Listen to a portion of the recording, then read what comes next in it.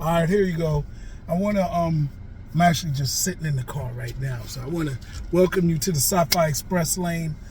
Today, my topic is the evolution of black horror. All right, I want to, for real, I just want to clear it up. I want to get it off my chest. I'm very happy with the blackening that just came out. And actually, I need to Google and look up the producers and the directors and the whole crew who made that film possible, the screenwriters, everybody. I mean, I like the actors and the actresses. Although they're professionals, I'm giving them props, mostly because of, the challenges making black horror movies, right? I call myself a B movie filmmaker and a grindhouse, a horror filmmaker, all of those things, because they all apply, right? I'm a grindhouse filmmaker because I want the reactions in the theaters, just like in the grindhouse theaters.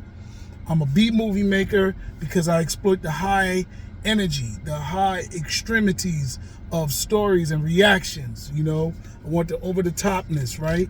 And then I'm a horror movie maker because I want to scare you. I want you to be like, oh snap. Even if it's not go home and have nightmares forever, I want a little bit of that. So horror has come a long way. Black horror, horror in general, but horror in general has now allowed black horror to mature, and black horror has matured. Okay, so when you talk about black horror, I'm double nickel, right? So I grew up in the 70s and the 80s, and we had the 70s movies, no doubt. I graduated high school in 85, so my adolescence was the 70s movies, right? We had Blackula, we had Blackenstein, those type of Scream, Blackula Scream, those kind of horror movies. And you could really even count on your hand, JT's Revenge,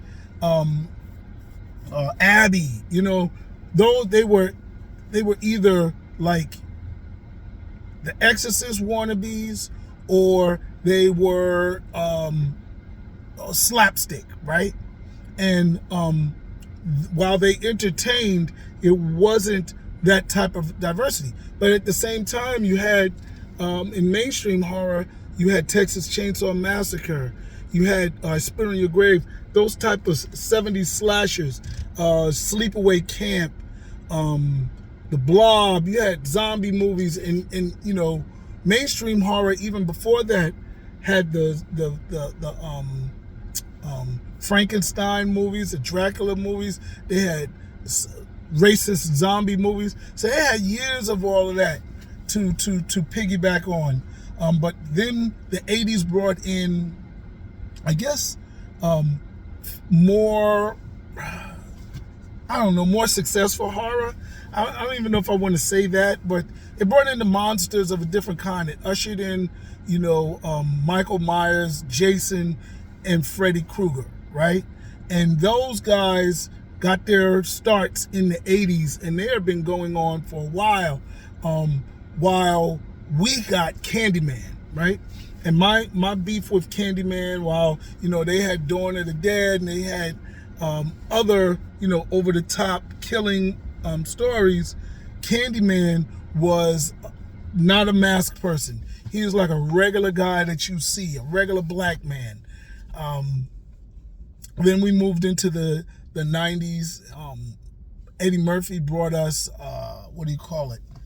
Vampire in Brooklyn. And even though that was an entertaining film, I enjoyed it, saw it in the theaters. What was the other one with my man from Different World? Oh God, I even reviewed the doggone movie. I can't remember. But anyway, there was some other independent horror movies. But black horror still wasn't taking root. We didn't even get another vampire. We've never gotten a real zombie movie, right? Still to this date, right? We still don't have one. But then the 90s brought in, the 2000s brought in the Wayans brothers, Scream was really big. It was another slasher type, Freddy Krueger type dude, and it was good. But when the Wayans brothers did their scary movie, it was more comedy, and comedy has always been in horror, but you had, this thing where the black character died first. And it's still, I don't know if you want to count Deep Blue Sea as a horror movie, but that would be about the only one that I could think of that the black character survived. Now, sure, you have that, but we went through the 70s, 80s, and 90s where the black character not only died, but they died first, in a horror movie. So it was one of those things. So now we got the Wayans brothers with Scary Movie. We had Meet the Blacks with Mike Epps. And we still stumbled right into, a bona fide black horror. I started doing my thing in 2003 with Holla If I Kill You. Then I followed that with Gold Digger Killer in 2007. And even with those two movies, I was still learning my way around the B-movie stratosphere, and I might have hit the mark with Holla, but Gold Digger Killer was a little different.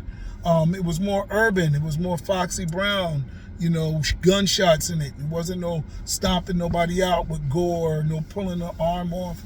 It wasn't like that. So it took us a minute. And then kind of around very recently, we saw Ma. And that wasn't a black horror, but it was written by a black person, right? And then we saw, I know everybody likes to say Get Out. Yes, Get Out was definitely a part of that. So Get Out came first, then you had Ma. But now we really get into to some real good horror. We got, Malignant, which was really not a black horror, but it was a story written by a black woman. And the same thing with Megan. And we're going to get liberation different ways. We may not get it all through the acting. We may not get it all through the directing. But if we can get it through the writing, that's a good start. And then we'll be able to cross over into it being about a black people. So when we saw, and of course, Jordan Peele did Nope, and he did Us. And I'm not really going to speak on Us because I think it did had an inspiration than it really had as an impact. But now we have The Blackening, and it's more than just saying The Blackening got things correct, because it did. But what also The Blackening did was take that camp feel that we all love from Friday the 13th and make it black. And when I say make it black, you could do a good movie. A lot of those already that I mentioned were good movies. Get Out was good movie, great movie. Ma was a good movie. Megan was another great movie. These was really great. But what and Malignant, even though there was no black people really in it, it was another great movie. But what this movie did was almost what you got a sprinkle of in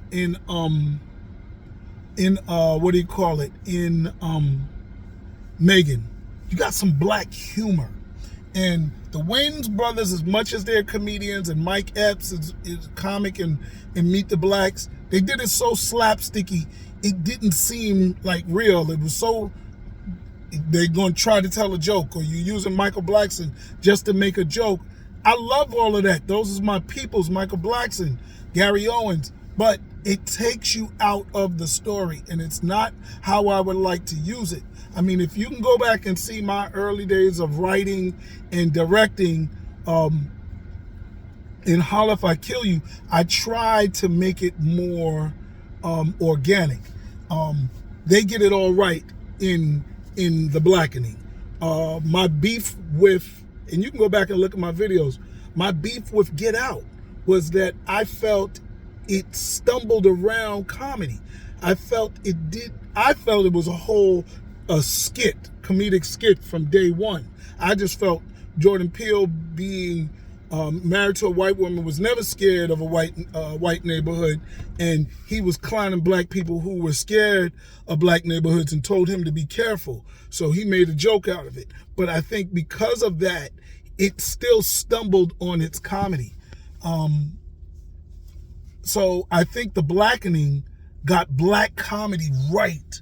Better than Meet the Blacks, better than Scary Movie. The movie I was thinking about before with the Denzel movie, Vampire in Brooklyn, was Death by Temptation. And Death by Temptation was a wannabe Exorcist movie, and it did really good, but it wasn't Freddy Krueger. It wasn't Jason. It wasn't Friday the 13th and Michael and Halloween and all of those. It wasn't that. Those movies, The Leprechaun, those movies were good, but they had a white comedy to it. The Blackening did black comedy, and it was beautiful. We didn't even have to, it didn't clown it. So what do I think? What's the post-Blackening era, right? Maybe it'll take a couple of years, maybe a year or two for we see another Blackening type movie. I hope it's sooner than that. My movies, sheesh, I can't wait to make all of them now, because now I have a model. I get to show people. I get to pitch against it. Shoot, I got a story called 40 Ounces of Death. I'm waiting to make Vamp 5 Vamp. I got the sequel to The Black Nun. All of those, I want to be able to write humor in it. The other problem that I ran into is, even as a filmmaker, I had black actors not take the film serious. As much as I have tried to, direct, there's so much you can do on a budget that's small. So even the movies that I was doing suffered because of the actors. I was just talking to one of my friends that helped me make my movies. Now I think the actors will get it serious. Get it right. I think because black people, we just never had a horror that took our fears and reactions seriously. We didn't know how to expect. I have no idea. I can't tell you. All I know is I'm very early in this. These are just predictions and feelings that I have. But I think The Blackening is going to change horror, particularly black horror.